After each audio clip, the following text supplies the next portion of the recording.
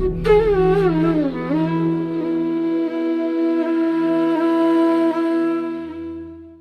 की शुरुआत कहाँ से होती है? एक साधारण मनुष्य को यदि हम देखते हैं, एक और प्रश्न आया है, शरीर मन में नहीं हूँ, यह जानने के बाद भी उससे बाहर आना इतना कठिन क्यों लगता है? हाँ, इस पे भी बात करेंगे। पहले हम विषय अब कर्म और प्रभाव को ही ले लेते हैं, फिर उसके बाद इस पे बात करेंगे। एक साधारण इंसान जिसे ऐसा लगता है कि मैं कर रहा हूँ और वो हर चीज का श्रेय लेना चाहते हैं, छोटे से छोटे कार्य का भी, कि यदि मैं ना करूं तो ये कार्य नहीं होगा। लेकिन हम देखते हैं कि कर्म कहाँ से शुरू हो जाता है। वास्तव में कर्म विचार से ही शुरू हो जाता है। और विचार तो आप जानते ही हैं, कोई भी विचार मेरा नहीं है। ये तैर रहे हैं और जिसके जैसे संस्कार होते हैं वो वैसे ही विचारों को आकर्षित करते हैं। लेकिन हमें ऐसा लगता है कि हमें ये विचार आया तो ये विचार मेरा हो गया। तो पहले विचार आता है, उस पे फिर मेरे का ठप्पा लगाते हैं, ये विचार मेरा है। और बहुत शान से बोलते हैं अपने आप को।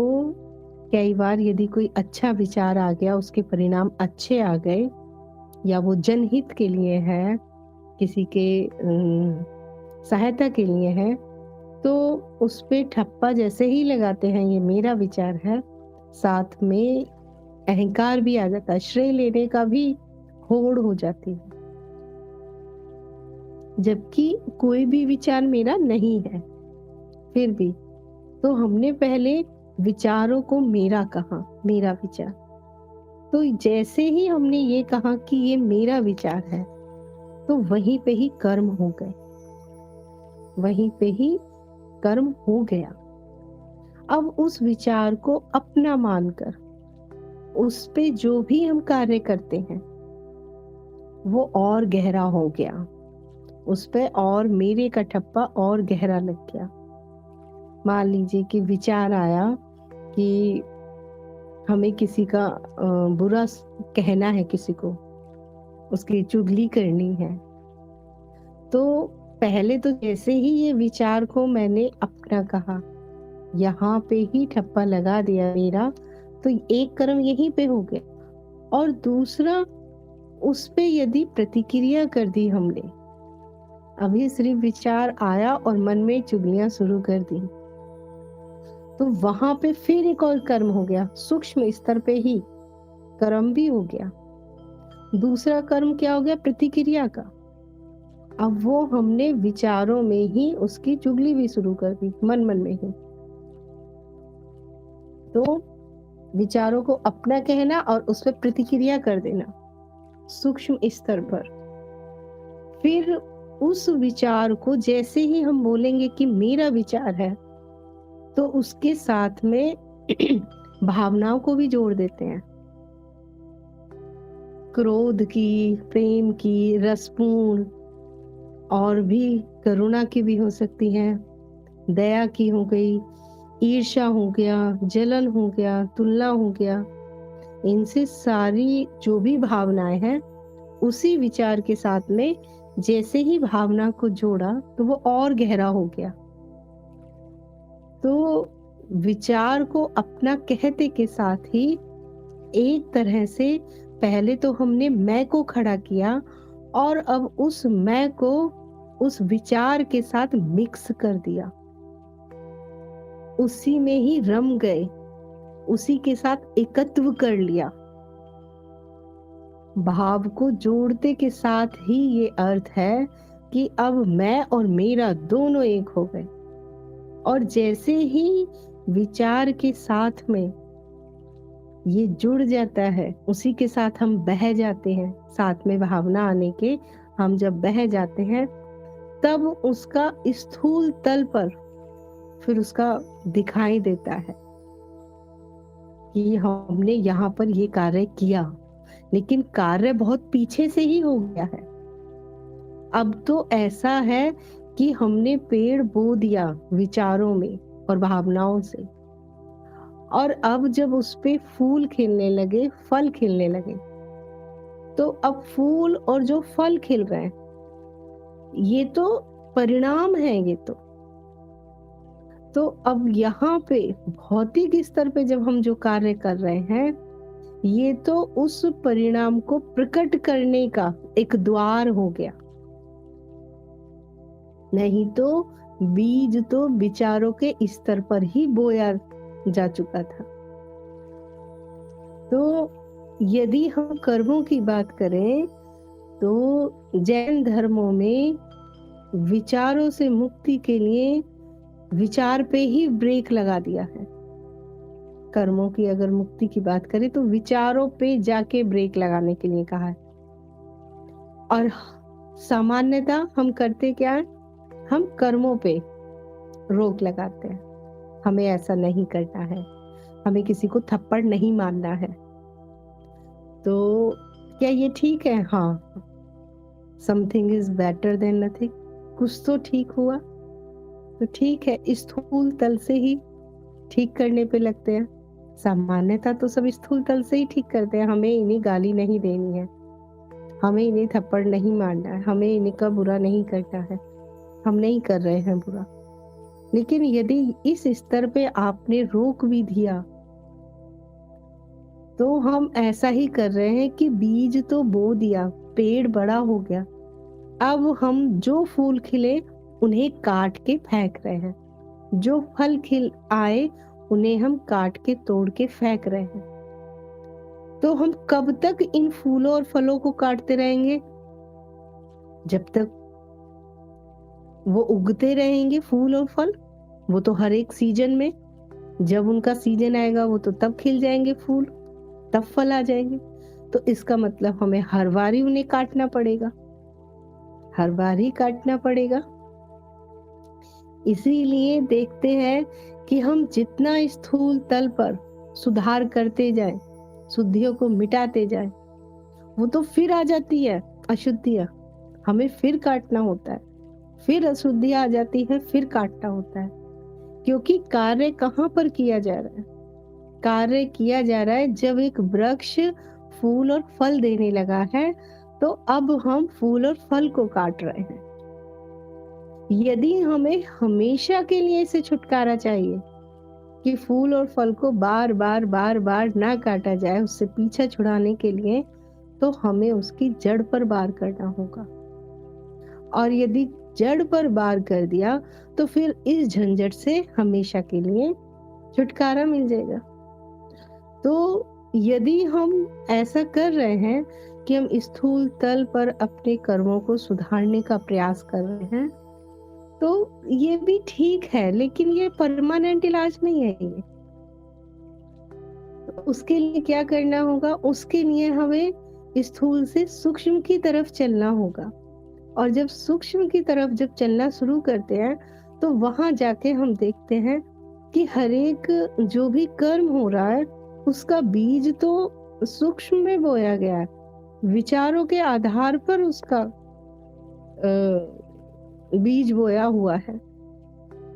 और अब बात आती है विचारों की। विचारों को क्या करें? क्या विचारों को समाप्त किया जा सकता है? विचारों को समाप्त करने का अर्थ ऐसा हो गया कि पूरे ब्रह्मांड में जितने विचार तैर रहे हैं, अब हम उनको कितना खत्म करेंगे? नहीं खत्म कर सकते उनको। तो जो विचार यहाँ तक पहुंच रहे हैं, जो विचार एक संपर्क साध रहे हैं, क्या इस संपर्क को तोड़ दिया जाए? जो संपर्क सध रहा है, तो यदि इस संपर्क को तोड़ देंगे तो फिर वो जीवित नहीं लगेगा, फिर वो मुर्दा हो गया। एक मुर्दे का ही संपर्क नहीं होता है विचारों से, है ना? तो ये भी बात गड़बड़ हो गई। ना तो हम विचारों को खत्म कर सकते हैं ब्रह्मांड से, और ना ही यदि हम संपर्क को भी तोड़ते हैं तो फिर ये मुर्दे के समान हो गया, लाश के समान हो गया ये।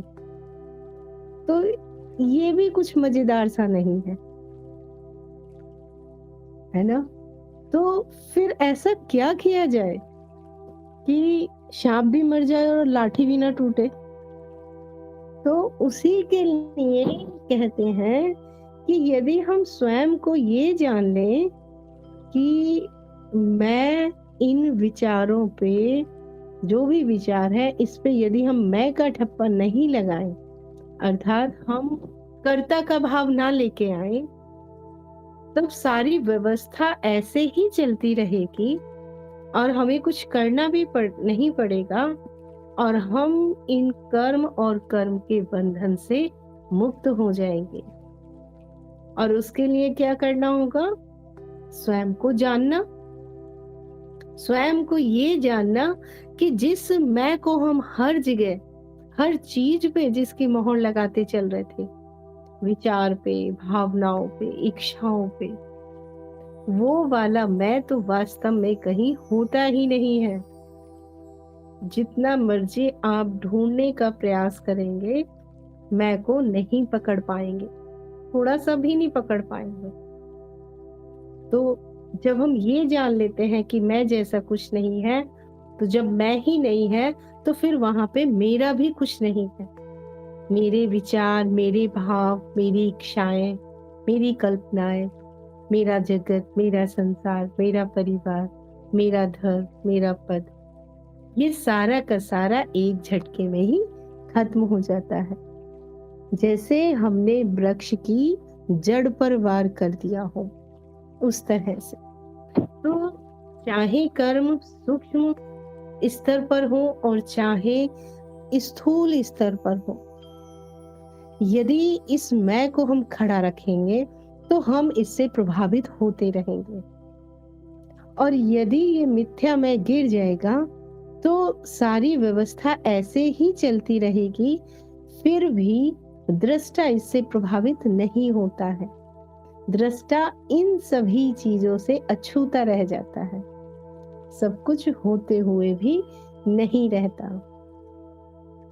आप कितना भी कुछ और उपाय कर लीजिए, जितना मर्जी स्थूल तल पर आप साध लीजिए चीजों को, लेकिन ये बाहर बाहर है सधा हुआ। ये ऐसा है कि जैसे स्थूल बस एक स्क्रीन है, एक द्वार है बस, जहां से अब फल प्रकट होने वाला है, बीज कहीं और है। तो जिसको हम सुधार रहे हैं उसको सुधारने से होगा भी क्या? परिस्थिति थोड़ी सी बदलेंगी और मनोस्थिति पुरानी जैसी हो जाती है। तो हमें जड़ पे वार करना होगा, हमें जहाँ पर बीज है वहां पर ही हमें वार करना होगा, और इस स्वयं को खोजे बिना कभी भी कोई भी इससे बाहर नहीं निकल सकता, कर्म और कर्म बंधन से, कभी भी, चाहे फिर वो जितने मर्जी इस चक्र में फंसा रहे। तो और इससे आगे कर्म जो हमारे हो चुके हैं पहले संचित, वो संचित कर्म भी अभी इसी क्षण खत्म हो जाते हैं, जैसे ही हम ये जानते हैं। ध्यान देना इस चीज पे, इस लाइन पे, बहुत महत्वपूर्ण लाइन है ये, बहुत। जो ये कहते हैं ना कि हम संचित कर्म का क्या करें, हम संचित कर्म का क्या करें, उन्हीं के लिए है। संचित कर्म अभी इसी क्षण समाप्त हो सकते हैं, मात्र इतना सा करने पर कि ना मैं है यहाँ पर और ना ही यहाँ पे भूतकाल है, ये दोनों ही नहीं है, तो फिर संचित कहाँ है? सिर्फ हमारे मानने पर ही पूरा जगत है। हम जिस चीज को मान लेते हैं वो सत्य है, इस पे ध्यान देना। इस पे पूरी माया का सार सूत्र है ये। हम जिस चीज को मान लेते हैं वही सत्य है। नहीं तो छोटे छोटे से प्रैक्टिकल जीवन में करके देखो। छोटे छोटे से प्रैक्टिकल जीवन में करो और महीने 2 महीने बाद मुझसे आके फिर बात करो। आप डेली ये सोचो कि सोमवार मेरे लिए लाभदायक है और ऐसा मान लो, तो कुछ ही महीनों में देखोगे कि सोमवार आपके लिए लाभदायक होने लगेगा। आप सोचो कि ऐसे पूजा करेंगे तो भगवान जी नाराज हो जाएंगे। पता नहीं भगवान जी कहीं है भी या नहीं है, लेकिन परिणाम दिखने लगेंगे। तो मात्र हमारे मान लेने पर ही पूरा जगत है। और इसी को 2 शब्दों में कहा है, सृष्टि दृष्टि। तो संचित जिसे अभी खत्म करने हैं, तो बस इतना सा जान लो कि मैं जैसा कुछ भी नहीं है, और जब मैं नहीं है तो मेरा भी नहीं है। तो कौन से संचित, क्योंकि यहाँ तो भूत और भविष्य भी नहीं है, और सच में देखो तो वर्तमान भी नहीं है। मात्र एक प्रक्रिया की प्रतीति है। खत्म। वास्तव में ये, और ऐसा नहीं है मैं कथा बता रही हूँ आपको, कहानी या थ्योरी, ये सत्य है। अब प्रारब्ध कैसे हो गए? संचित तो गए, है ही नहीं। प्रारब्ध, प्रारब्ध ऐसा है जैसे हमने साइकिल चला रहे थे और हमने साइकिल चलानी बंद कर दी, पैडल मारनी बंद कर दी। लेकिन जितने पैडल मार चुके हैं उतनी दूर, थोड़ी सी दूर साइकिल चलेगी ही चलेगी। लेकिन हाँ, थोड़ी दूर चलने के बाद फिर वो नहीं चलेगी। तो उसी तरफ से जो प्रारब्ध है उनका अर्थ है कि तीर निकल चुका है। तीर निकल चुकने का मतलब है कि अब वो निशाने पे लगने ही वाला है। प्रारब्ध, प्रारब्ध मतलब तीर के पहुंचने का समय आ गया। और वो पहुंचने का समय क्या है? ये जीवन, ये जन्म, ये वाला जिसे अभी ये जीव जी रहा, ये तो संचित है ही नहीं। और जिसकी इच्छाएं नहीं है उसके लिए भविष्य भी नहीं है। तो ना भूत है ना भविष्य है। और जो ये प्रारब्ध भी है, ये भी कहाँ तक सीमित है? बस कहाँ तक? जितनी देर पैंडल मार दिया, जितनी देर पैंडल हमने मारा, और अब हमने पैंडल मारना बंद कर दिया। अब जितनी दूर साइकिल चलेगी, थोड़ी सी दूर ही चलेगी, घबराना नहीं, थोड़ी सी ही दूर चलने वाली है। क्योंकि जिसने स्वयं को जान लिया, स्वयं के स्वरूप में स्थित हो गया, इसका अर्थ है उसने अब साइकिल में पैडल मारना छोड़ दिया, बंद कर दिया। अब जो ये चल रहा है ये क्या है? बस अब ये थोड़ी सी दूर ही चलने वाला है, अपने आप स्वतः जो चल रहा है। तो जो प्रारब्ध आते हैं, यदि आप उन्हें शांतिपूर्ण आने दे, साक्षी भाव में, और जाने दे, हो जाने दे जो हो रहा, जो भी हो रहा, तो कर्म जैसा कोई विषय ही नहीं बचता, मात्र क्रिया बचती है। और ये क्रिया भी जो साक्षी भाव में देखता है वो बिल्कुल देखेगा कि अपने आप ही खेल की तरह चल रहा है, एक पर्दे पर एक पिक्चर जैसी चल रही है। और मैं अब इस पिक्चर से बिल्कुल अलग हूँ। अब मैं दर्शक हूँ। अब मैं उस पिक्चर में अभिनेता या अभिनेत्री नहीं हूँ, मैं कोई रोल प्ले नहीं कर रही हूँ। अब मैं दर्शक हूँ। और दर्शक क्या करते हैं? आराम से बैठ के पॉपकॉर्न खा रहे होते हैं। उन्हें कोई चिंता नहीं होती कि फिल्म के अंदर में कोई मर रहा है, कोई जी रहा है, कहीं बम फट गए, कहीं गाना आ गया, कहीं रोमांस आ गया, कहीं चतुराई आ गई, धूर्त आ गया, भूख आ गया, प्यास आ गया, उसमें क्या दिखा रहे हैं नहीं दिखा रहे हैं, उन्हें वो एंजॉय कर रहे होते हैं। अब यदि पॉपकॉर्न खाते खाते भी आप फिल्म के साथ एक हो गए, एकत्व वहां भी बांध लिया, कल्पनाओं में भी, तो वहां पे भी रोने का सीन आएगा, रो जाओगे, हंसने का आएगा, हंस लोगे। तो एक नहीं होना उसके साथ, अलग बैठ के आराम से एंजॉय करना है दृष्टा भाव में। तो इसीलिए कर्मों से नहीं घबराना है। अब इसी का देखिए एक और, हम किसी किसी को जिसको देखते हैं कि ये बहुत इष्ट की पूजा में लीन है, बहुत ईश्वर को बहुत मानती हैं या मानते हैं, या परमात्मा पे इतना पूजा पाठ करती हैं, मंदिर जाते हैं, ये जाते हैं, वो जाते हैं, तो उनके लिए क्या सूत्र है फिर? ये तो ज्ञान मार्गियों के लिए। उनके के लिए क्या सूत्र है? उनके लिए सूत्र क्या देते हैं? एक जो मंत्र देते हैं, गुरु मंत्र, वो क्या देते हैं कि जिसको तुम इतने प्रेम से आराधना जिसकी कर रही हो, अब उसके प्रति समर्पण कर दो।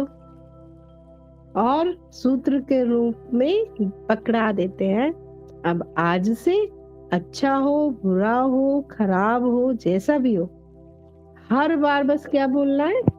जैसी तेरी मर्जी। ये भी वही काम कर रहा है जो ज्ञान मार्ग में साक्षी कर रहा है। जो साक्षी भाव का जो परिणाम होगा, वही भक्ति और प्रेम में जैसी तेरी मर्जी का परिणाम होगा। दोनों के परिणाम एक जैसे ही आने वाले हैं। यहाँ पे मैं हूं ही नहीं, तो मेरा भी नहीं है, तो कर्म भी नहीं है, कर्म बंधन भी नहीं बचे। और वहां पे अपने किसके सिर पे देके मार दिया? ईश्वर के। तुम ही करता, तुम ही भोगता, तो जैसी तेरी मर्जी। वहां पे भी देखा जाए तो क्या कर रहे हैं? साक्षी में ही लाने का प्रयास किया गया उनको कि साक्षी में रहो। वो ही कर रहा है, ईश्वर ही कर रहे हैं, अच्छा कर रहे हैं, बुरा कर रहे हैं, जो भी कर रहे हैं। जब कभी कोई ज्यादा विचलित हो जाते हैं कि मुझे इतना कष्ट है, इतनी आराधना करती हूँ, तो उन्हें संवादना दे देते हैं। क्या?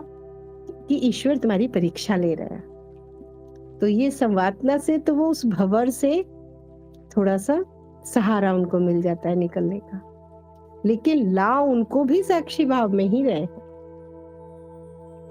तो इसीलिए बिना कर्ता भाव के आप जितना मर्जी करते चलो, जो मर्जी करते रहो, तो वो सब अच्छा ही अच्छा होगा। साक्षी भाव में जो होता है तो ठीक ही होता है। अनावश्यक तो पहले से ही छूट जाता है, बहुत आवश्यक रह जाता है। तो इसीलिए आज जो बताया है उस पर ध्यान देना, कैसे इस कर्मों से छुटकारा मिले। एक्चुअल छुटकारा ही छुटकारा है, कुछ है भी नहीं।